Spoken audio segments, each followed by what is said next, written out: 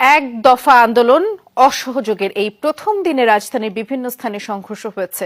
বেলা 11টা নাগাদ শাহবাগে সংঘর্ষ ছড়িয়ে পড়ে প্রেস ক্লাব, সায়েন্স ল্যাব, বাটা সিগন্যাল সহ নগরীর বিভিন্ন এলাকায়। পুড়িয়ে দেয়া হয় বিএসএমএমইউ কম্পাউন্ডের ভেতরে থাকা মোটরসাইকেল, অ্যাম্বুলেন্স। লাঠি, ইটপাটকেল, দেশীয় অস্ত্র নিয়ে পাল্টা হামলা করে দুপক্ষ। সিলন ফ্যামিলি ব্লেন্ডের কড়ালিকার আর সতেজ স্বাদের পারফেক্ট ব্লেন্ডে স্বপ্নেরা মেলুক টানা। বেলা 11টার দিকে ঢাকা বিশ্ববিদ্যালয় এলাকা থেকে মিছিল বের হয় আন্দোলনকারীদের পক্ষে।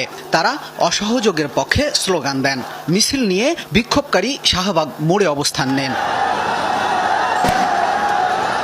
এখানেই তৈরি হয় উত্তেজনা। শাহবাগ মোড়ে আগে থেকেই অবস্থান ছিল বিরোধীদের। মিছিলটি শাহবাগ মোড়ে এলে সরকার সমর্থকরা বিএসএমএমইউর ভেতরে অবস্থান নেন।